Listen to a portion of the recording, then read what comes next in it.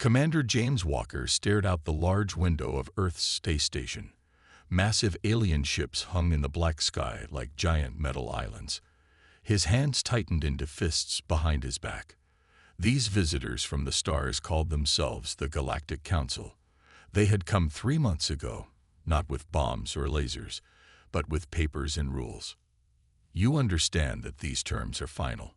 Ambassador Krell's voice was smooth but cold. The alien skin was almost clear, showing strange organs pulsing underneath.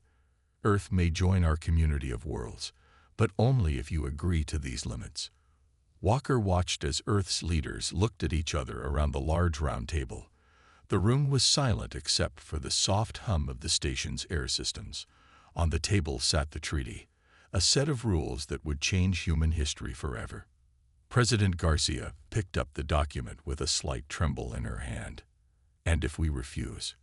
Krell's 4 eyes blinked one after another in a rolling motion. Then Earth remains alone. We control all paths to the stars. You would be isolated. The threat was clear. Isolation meant no trade, no new technology, no protection from other dangerous species that might find Earth. The Council ships in orbit were a constant reminder of how small humanity still was. Walker listened as Krell explained the rules again. No warships bigger than 100 meters, no advanced weapons, no more than 50 military ships total, strict limits on engine technology. It was like putting a leash on a dog they feared might bite. We need time to discuss, said President Garcia. Krell nodded his long, thin head. You have one Earth day. When the aliens left the room, the arguments began. Some leaders wanted to fight, to refuse the unfair rules. Others feared what would happen if they said no. Walker stayed quiet, watching and thinking. Later that night, Walker couldn't sleep. He stood in his small room on the station, looking down at the blue Earth. 28 years in the Navy had taught him to read between the lines. This wasn't about safety. It was about fear. They're afraid of us, he said to his empty room. His computer beeped. A message from Admiral Thompson. Meeting. Sector 7. 400 hours. Highest secrecy. The underwater base in the Pacific Ocean was one of Earth's best-kept secrets. Walker's small submarine docked at 3:58 a.m. Security scans checked his identity 3 times before he was allowed into the meeting room. Admiral Thompson was already there with 5 others. Dr. Reed, a physicist with wild hair and tired eyes. General Collins of the Global Defense Force. Director Lee from Intelligence. Dr. Morgan, a materials expert. And Rivera, the best electronics engineer in North America. Thank you for coming, said Thompson. The Admiral was a tall, stern woman with gray hair cut short against her skull. What I'm about to share does not leave this room. She turned on a screen showing the treaty. We're going to sign this tomorrow. Walker couldn't hide his surprise. We're giving in. Thompson's face showed no emotion. On paper, yes, but I didn't invite you here to surrender. She pointed to a specific line in the document. Look closer. The treaty limits military vessels. Dr. Reed smiled for the first time, but says nothing about research ships. Exactly, Thompson nodded. The Council thinks they've caged us, but they've only told us what shape the bars are. She pressed a button, and the screen changed to show plans for a ship unlike anything Walker had seen before. This is Project Phoenix, she said. A ship that will obey every rule while breaking their spirit. Officially, it will be a deep space research vessel. Unofficially, a warship, Walker finished, studying the clever design. Hidden in plain sight. The Council thinks we're simple and predictable, Thompson continued. That's their mistake. Throughout history, humans have excelled when backed into a corner. They're limiting us because they fear what we might become. General Collins cleared his throat. Intelligence has uncovered disturbing patterns in Council behavior toward emerging species. They claim peaceful intentions, but their actions suggest control, not cooperation. Director Lee nodded. 3 advanced civilizations have mysteriously declined after Council assistance. We don't intend to be the 4th. Walker looked at the plans again. This won't be easy. The Council will watch us closely.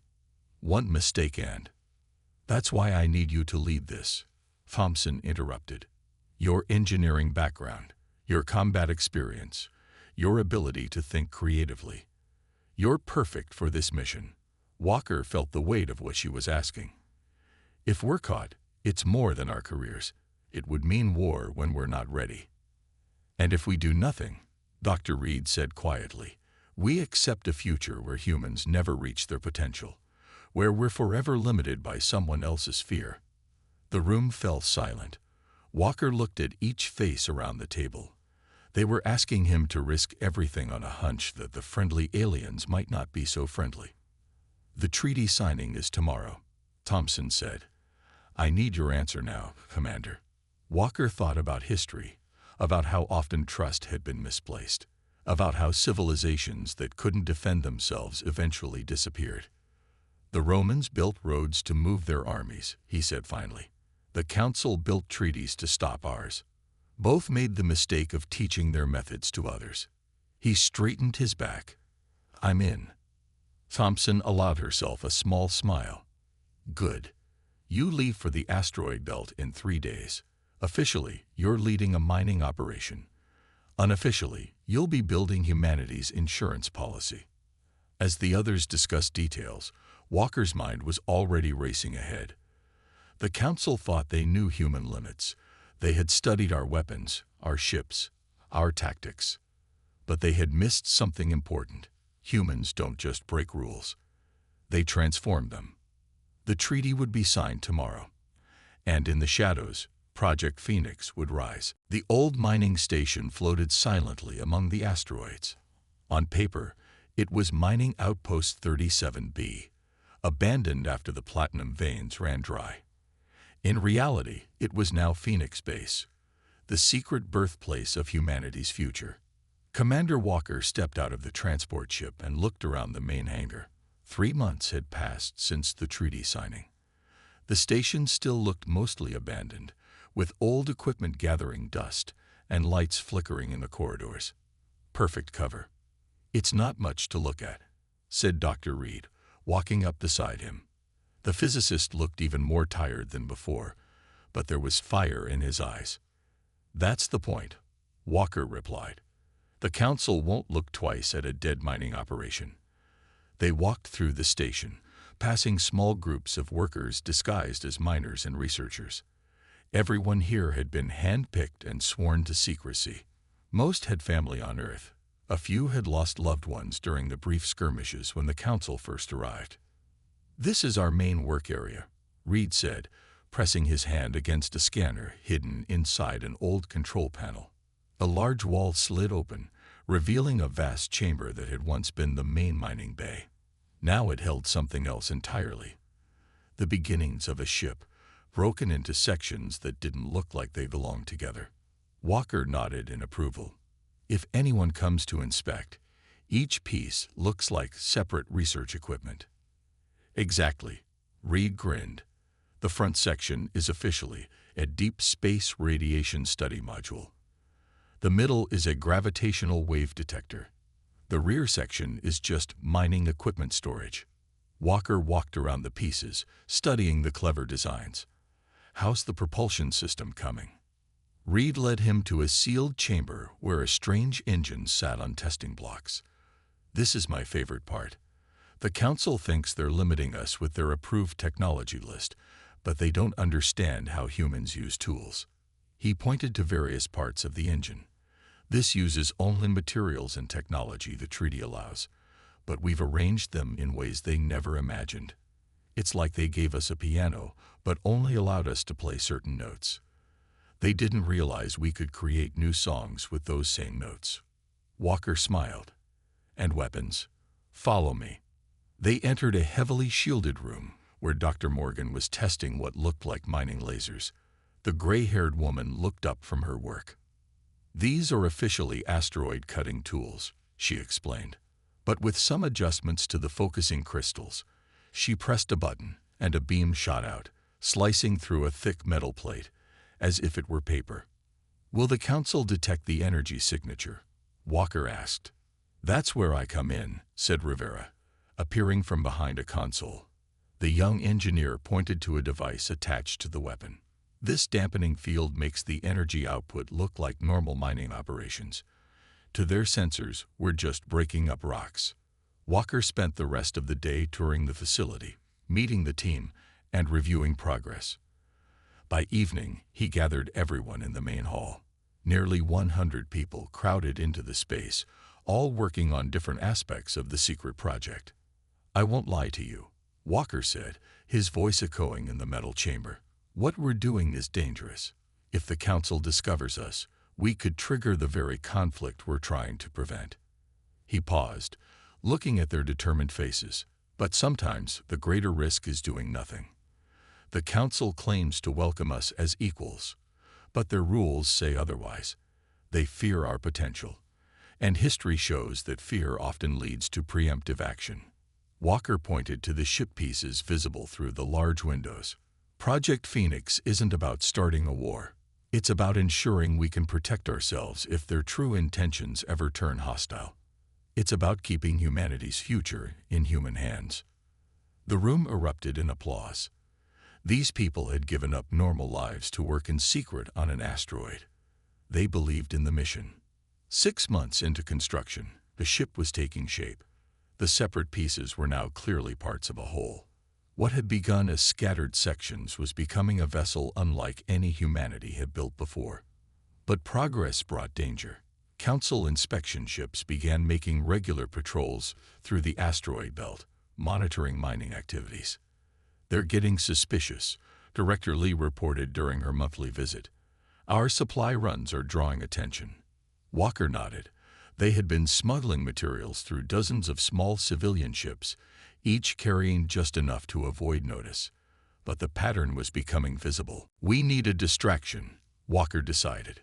The opportunity came 2 weeks later. A Council patrol ship approached the station for a surprise inspection. Walker was ready. "Welcome to Outpost 37B," he said, greeting the 4-armed inspector at the airlock. "We're conducting deep space research here. Nothing exciting." The alien sensors scanned constantly as Walker led him through carefully prepared areas of the station. Everything dangerous was hidden behind special walls that blocked scanning technology. "What is happening in the East Sector?" the inspector asked suddenly. Its antenna twitched with suspicion. Walker kept his face calm while his mind raced. The East Sector contained key weapon components impossible to explain. "Old mining equipment," he said smoothly. "Very unstable." In fact, a massive explosion rocked the station. Emergency alarms blared. What was that? The inspector's 4 arms reached for scanning tools. "The unstable equipment I mentioned," Walker shouted over the noise. "We need to evacuate this area immediately." In the confusion, Walker's team rushed the inspector back to his ship. The explosion, carefully planned and controlled, had destroyed an empty section of the station, but created enough chaos to end the inspection. After the Council ship departed, Walker gathered his lead engineers. "They'll be watching us more closely now," he warned. "We need to move the most sensitive work deeper into the asteroid field." Dr. Reed nodded. "We're still on schedule, but we'll need to be more careful with power usage. Any unusual energy spikes will bring them back." Walker looked through the viewport at the distant stars. Out there, the Council was spreading its influence, its rules, its control. Earth had gained access to some new technologies from the treaty, but at what cost? Their freedom to grow, to explore, to defend themselves, all limited by alien fear. "We have 1 year to finish this ship," Walker told his team. "After that, I believe the Council will tighten restrictions even further. They're watching how fast we adapt to the technologies they've shared." "We'll be ready," Dr. Morgan promised. Humans work best under pressure. As the team returned to work, Walker studied the ship's growing outline against the blackness of space. The Phoenix was taking shape, not just a vessel of metal and energy, but a symbol of humanity's refusal to be caged. The Council had made rules to contain them, But they had forgotten that humans had been breaking rules since they first looked up at the stars and decided to reach them. 4 years had passed since Project Phoenix began. The ship was now 60% complete, hidden deep in the asteroid belt. What had started as separate pieces was now clearly a powerful vessel, even though much work remained. Commander Walker stood in the newly finished bridge, running his hand along the captain's chair. Screens lit up the circular room, showing the ship's systems and the space around them. The bridge still had exposed wires and missing panels, but it was taking shape. "She's beautiful," said Dr. Reed, entering the bridge with a tablet in his hand. 4 more months, and the engine system will be fully online. Walker nodded. "And weapons?" "Dr. Morgan says the main systems are ready for testing. We just need to find a safe time and place." Their conversation was interrupted when the bridge door slid open. Marcus Gray, the project's security officer, walked in with a serious look on his face. Gray was younger than most senior staff, with sharp eyes that missed nothing. "Commander, we need to talk," Gray said, his voice tense. "Privately." Walker followed Gray to a small meeting room off the main corridor. Inside, Gray closed the door and activated a sound-blocking device. "What is it?" Walker asked. Gray placed a data pad on the table. "I've been reviewing Council communications. Something doesn't add up." "Explain." "For 4 years, we've been building this ship because we believe the Council has hidden intentions, that they might turn against us." Gray's eyes locked with Walker's. "But where's the proof?" "All I see is a peaceful alliance. They've shared medical technology that saved millions of lives. They've helped clean our oceans." Walker frowned. "You know why we're here, Gray. The treaty restrictions are unfair, yes." Gray cut in. "But maybe they're just being careful. Maybe we're the dangerous ones, building a secret warship while pretending to be friends." The room fell silent. Walker studied the younger man carefully. Gray had been with the project from the start, one of their most dedicated team members. This sudden doubt was troubling. "You've seen the intelligence reports," Walker said finally. "A pattern of how the Council treats rising species." Gray shook his head. "Reports based on limited data and assumptions. Commander, what if we're wrong? What if we fire the first shot in a war that didn't need to happen?" Walker leaned forward. "This isn't about firing first. It's about making sure we can defend ourselves if necessary. That's what every arms race in history has claimed." Gray replied. "I joined this project to protect Earth. Now I'm not sure if we're protecting it or endangering it." The argument spread beyond their private meeting. Within days, the project team was divided. Some agreed with Gray, questioning whether they were overreacting to the Council's rules. Others remained convinced of the danger.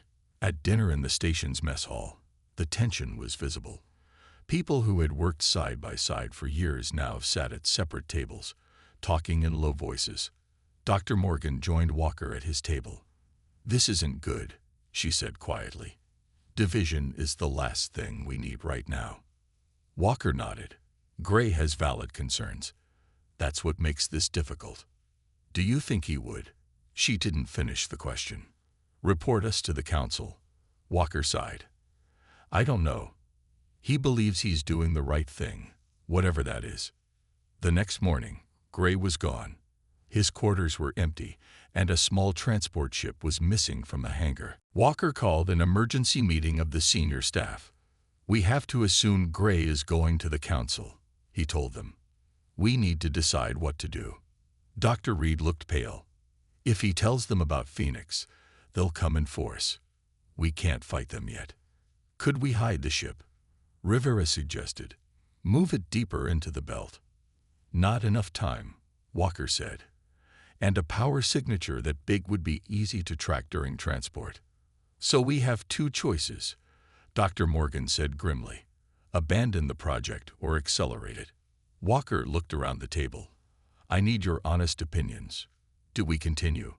The room was silent for a long moment. Finally, Dr. Reed spoke. "I've spent 4 years of my life here because I believe in what we're doing. Gray might be right. Maybe the Council means well. But what if he's wrong? Can we take that chance? One by one, the others nodded in agreement. Then it's decided, Walker said. We accelerate. Full shifts around the clock. We launch in 6 months, ready or not. 2 weeks passed with no sign of council ships. The team worked frantically, completing systems that should have taken months in just weeks. Sleep became a luxury as everyone pushed themselves to the limit. Then, unexpectedly, a small ship approached the station.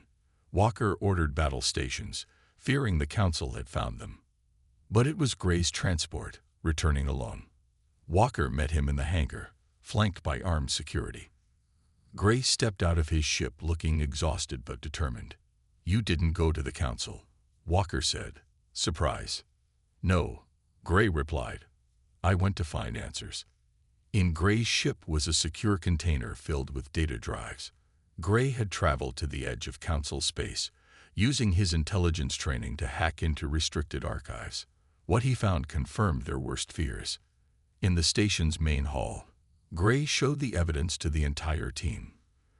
The files revealed that 3 other species who had advanced too quickly had been secretly undermined by the council, one through engineered resource shortages, another through political manipulation. The third simply disappeared from all records after safety concerns. They call it containment, Gray explained, his voice hollow. Species that develop too quickly are seen as threats to stability. Earth's rapid progress from simple flight to space travel in less than a century frightens them. Walker studied the translated documents carefully. The treaty wasn't about protecting the galaxy from us. No, Gray agreed. It was about making sure we could never challenge them. They're not preparing for our aggression, Commander. They're preparing to eliminate our potential. The division among the crew vanished overnight. Even those who had doubted now understood the truth. The Council's friendly face hid darker intentions. Not immediate destruction, but a slow, controlled decline of human civilization. I'm sorry I doubted, Gray told Walker privately. I needed to be sure. Walker put a hand on his shoulder. You did the right thing. Questioning is how we avoid becoming what we fear. With renewed purpose, the team returned to work. The ship, now officially named the Defiance, was no longer just a contingency plan. It was humanity's best hope for a future free from alien control. As Walker looked at the half-finished vessel through the viewport, he felt a mix of pride and urgency. They were building more than a ship. They were building a chance. The alarms blared throughout Phoenix Base, their urgent wail bouncing off metal walls. Commander Walker ran to the control room, where screens showed a Council deep space monitoring ship just entering the outer asteroid belt. They've detected something, Reed said, his fingers flying over the controls. Power surges from our last engine test. Walker's mind raced. The Defiance wasn't ready. Key systems remained unfinished. Weapons were installed but not fully calibrated. The revolutionary drive system worked, but not at full power. How long until they reach us? Walker asked. 3 hours, maybe 4 if the asteroids slow them down, Rivera answered from another console. Walker made the hardest decision of his life. Launched the ship. The room fell silent. Everyone stared at him. But Commander, Dr. Morgan protested, we're not ready. Half the internal systems aren't connected. The outer hull has gaps in 3 sections. We have no choice, Walker said firmly. If they find this base, everything we've worked for ends. At least in space, we have a chance. Walker activated the station-wide communication system. All Phoenix personnel, this is Commander Walker. We are launching immediately. This is not a drill. All crew assigned to the Defiance, report to your stations. Everyone else, begin erasing all project data and prepare to evacuate. The next 2 hours were controlled chaos. Essential supplies were loaded onto the ship. Engineers rushed to connect critical systems. Crew members said hasty goodbyes to those staying behind. Dr. Reed found Walker on the bridge. Commander, we've managed to get life support stable. Engines are at 40% capacity. It's not pretty, but she'll fly. Walker nodded. That will have to be enough. As the countdown began, Walker looked around the bridge. Stations designed for 5 people were being manned by 2 or 3. Screens flickered with incomplete data. Exposed wires hung from ceiling panels. Launching in 5, 4, 3, 2, 1. The ship shuddered as the docking clamps released. Slowly, the Defiance rose from its birthplace, thrusters pushing it away from the asteroid. For the first time, the massive ship moved under its own power. Walker felt a strange mix of pride and fear. The Defiance was approximately 300 meters long, 3 times the size allowed by the treaty. Its unusual design resembled no traditional warship, with sections that looked like they didn't belong together. This strange appearance was deliberate, allowing each component to be disguised as something innocent. Council ship has changed course, Rivera reported. They detected our launch. Take us into the denser part of the belt, Walker ordered. Use the asteroids for cover. The Defiance moved deeper into the asteroid field, its untested engines struggling with precise maneuvers. Twice they barely avoided collisions with large rocks. Inside the ship, engineers worked frantically to connect systems while in flight. Gray entered the bridge with a data pad. Commander, I've intercepted Council communications. They're calling for reinforcements. 3 hunter ships are already on their way. How soon? 6 hours, maybe less. Walker turned to his navigation officer. Set course for Neptune. We can hide in its atmosphere while we complete repairs. Sir, the young officer replied. With our engines at partial power, that trip will take at least 12 hours. Then we better hope they don't find us before then, Walker said. As the Defiance made its slow journey toward the outer planets, Admiral Thompson sent an encrypted message from Earth. Council representatives demanding ship surrender, threatening sanctions against Earth. Buy time if possible. Walker knew what that meant. Earth's governments couldn't openly support them now. The Defiance was on its own. For 10 hours, they managed to avoid detection, using a combination of stealth technology and the natural cover of the asteroid belt. Engineers worked non-stop, connecting systems and sealing hull breaches. Dr. Reed managed to boost engine power to 60%. Then a sensor alert sounded. Council hunter ship detected, called out the sensor operator. Range, 2 million kilometers and closing fast. They found us, Rivera said grimly. Walker made another difficult decision. Change course.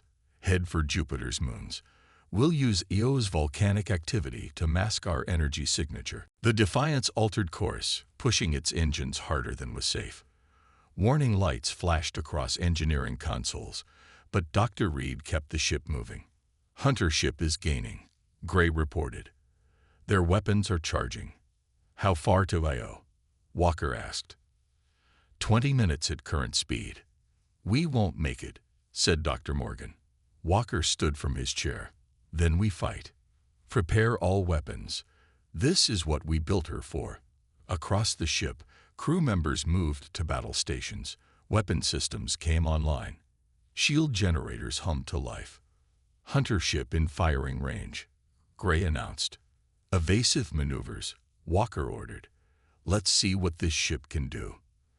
The Defiance turned sharply, showcasing agility that surprised even its creators.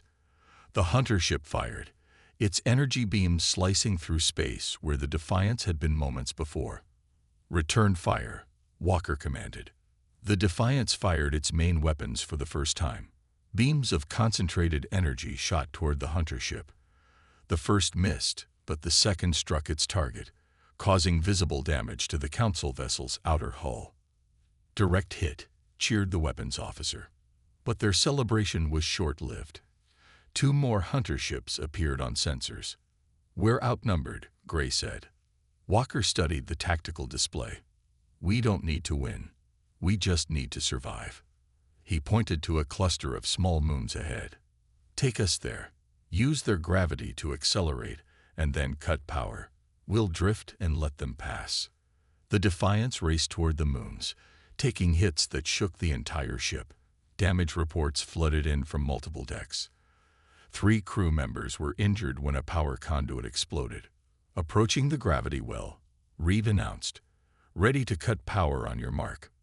"Wait for it," Walker said, watching the pursuing ships. Now, the Defiance went dark, its momentum carrying it around the small moon. The hunter ships overshot their position, searching in the wrong place. "Minimal power only," Walker ordered. "Emergency repairs to all damaged systems. We need to be ready to move the moment they find us again." As the Council ships searched the area, the crew of the Defiance worked in near darkness, fixing what they could. Walker moved through the ship, helping where needed, encouraging his people. In the medical bay, he found several injured crew members. "Was it worth it, Commander?" asked one young engineer with a bandaged arm. "Building this ship, breaking their rules." Walker looked around at the wounded but determined faces. "Ask me again when we're free," he replied. "Freedom always has a cost. The question is whether the price is worth paying." In the distance, the hunter ships continued their search pattern. Soon, they would find the Defiance again. The game of cat and mouse would resume. But now they knew something important. The Defiance could fight. Humanity could stand against Council technology. The ship wasn't just a symbol anymore. It was a proven weapon. And across the solar system, word of their battle was spreading, despite Council censorship. The Defiance had fired the first shot in humanity's fight for independence. 2 weeks after their first battle, the Defiance hid in the thick clouds of Titan, Saturn's largest moon. The ship had found temporary safety, using the moon's dense atmosphere and strong magnetic field to hide from Council sensors. Commander Walker stood in the newly repaired engineering section, watching Dr. Reed and his team work on the engines. "How much longer?" Walker asked. Reed wiped sweat from his forehead. "Another day, maybe 2. We've fixed most of the battle damage. The drive system is now at 85% capacity." Walker nodded. Despite the challenges, they had accomplished something remarkable. The ship had survived its first battle, proving that humans could stand against Council technology. "Commander," Gray's voice came through the communication system. "Emergency message from Earth. You need to see this." Walker rushed to the bridge. On the main screen was Admiral Thompson's face, the transmission heavily encrypted to avoid detection. "Walker, the situation has changed," Thompson said, her image breaking up with static. "After your battle, the Council declared Earth in breach of treaty. Their ships have formed a blockade around our planet. No vessels can leave or enter." Walker felt cold dread in his stomach. "Casualties?" "None yet, but the Council has taken more direct control over Earth governments. They're confiscating technology, claiming it's for safety assessment. Their representatives are in every major capital." Thompson's face hardened. "They're demanding we surrender the Defiance and everyone involved in its creation.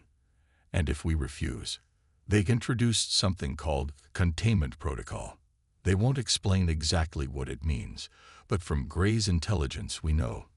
Thompson didn't need to finish the sentence. Containment meant the slow death of human independence, or worse. "We can't fight their entire fleet," Walker said. "No, but something interesting is happening," Thompson replied. "Your battle has spread across Earth's communications. Despite Council censorship, people know about the Defiance. It's becoming a symbol. Several nations have begun their own secret projects, inspired by what you've done." Walker was surprised. Other ships, smaller vessels, but yes. And some Council members seem uncomfortable with their leadership's actions. 3 alien diplomats have secretly contacted us, offering information about Council fleet movements and internal divisions. The transmission began breaking up more severely. "We're out of time," Thompson said urgently. "The Council has issued an ultimatum. We have 7 Earth days to surrender all unauthorized technology. After that, containment begins. Walker, whatever you're going to do it now." The screen went dark. Walker turned to his bridge crew. Their faces showed determination mixed with fear. "Prepare the ship," he ordered. We launch in 6 hours. Where are we going? Rivera asked. Walker's eyes were hard. To save Earth.